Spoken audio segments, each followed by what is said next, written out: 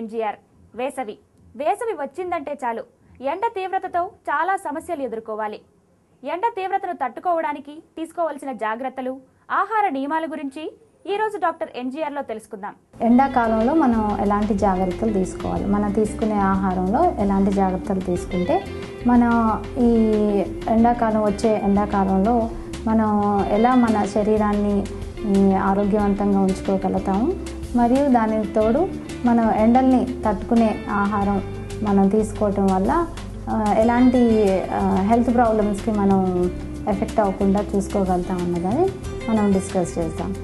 మెయిన్గా ఎండాకాలం అనగానే మనకి మెయిన్ ఏంటంటే వేడికి తట్టుకునేకి మనం ప్రిపేర్ అవుతుంటాం.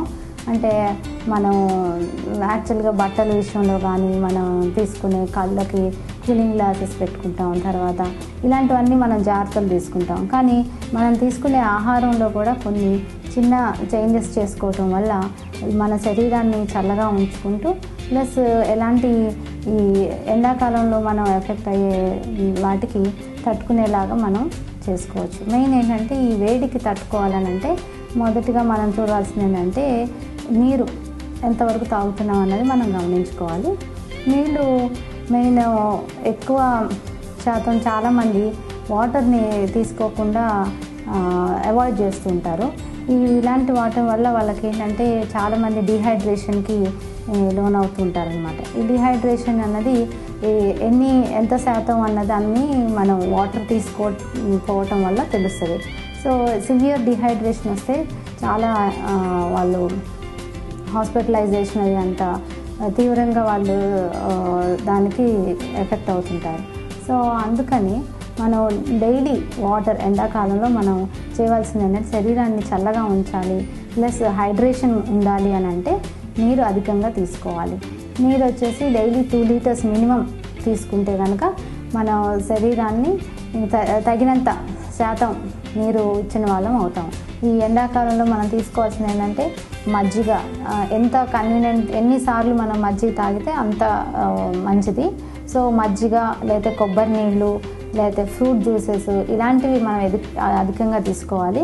సో నీళ్ళు 2 లీటర్స్ తీసుకోవాలని చెప్పాం కాబట్టి నీళ్ళ రూపంలోనే తీసుకోకపోయినా మెయిన్ మజ్జిగ మరియు కొబ్బరి నీళ్ళు, పండ్ల రసాలు ఇవి అధికంగా తీసుకోవటం వల్ల మన శరీరానికి అవి క్యాలరీ వైజే కానీ లేతే మంచి దానికి రావాల్సిన మనకి మినరల్స్ అవన్నీ అధికంగా లభిస్తాయి. అంతేగాని ఈ కూల్ డ్రింక్స్ లాంటివి తాగకూడదు. కూల్ డ్రింక్స్ ఎక్కువ మనం ఏం చేస్తామంటే చల్లని నీళ్ళు కాబట్టి చల్లగా ఉన్నాయని కూల్ డ్రింక్స్ తాగుతుంటాము. ఈ కూల్ డ్రింక్స్ వల్ల ఏమవుతుందంటే మన శరీరానికి అందవలసిన కాల్షియము, తర్వాత మెగ్నీషియం లాంటివి బైండ్ అయిపోవటం వల్ల మనకి దానివల్ల చాలా అడ్వాంటేజ్ ఏమి ఉండదు. సో అందువల్ల కూల్ డ్రింక్స్ అవాయిడ్ చేసి ఎక్కువ శాతం మజ్జిగ, కొబ్బరి నీళ్ళు, తర్వాత పండ్ల రసాలు లాంటివి ఎక్కువ తీసుకోవచ్చు. మరియు వీటితో పాటు మనం మెయిన్గా తీసుకోవాల్సినవి ఏంటంటే పండ్లు. ఎక్కువ మనం ఈ సీజన్లో మనకి దొరికే పండ్లని మనం ఎక్కువ మన డైట్లో ఉంచుకునేలా చేయాలి.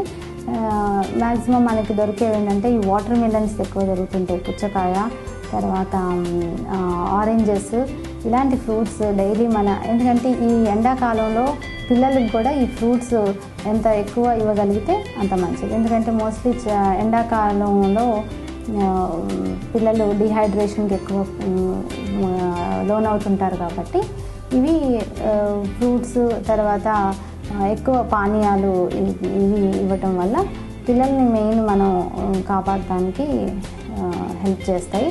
మరియు ఇంకోటి ఏంటంటే ఈ ఫ్రూట్స్లో కూడా ఎక్కువ ఈ మ్యాంగో సీజన్ ఒకటి కూడా మనకి వస్తుంది కాబట్టి ఈ మ్యాంగోస్ కూడా చాలా మంది ఏంటంటే వాటి గురించి తినాలా వద్దా, ఎందుకంటే చాలామంది ఫ్రూట్స్ గురించి వరి అవుతుంటారు.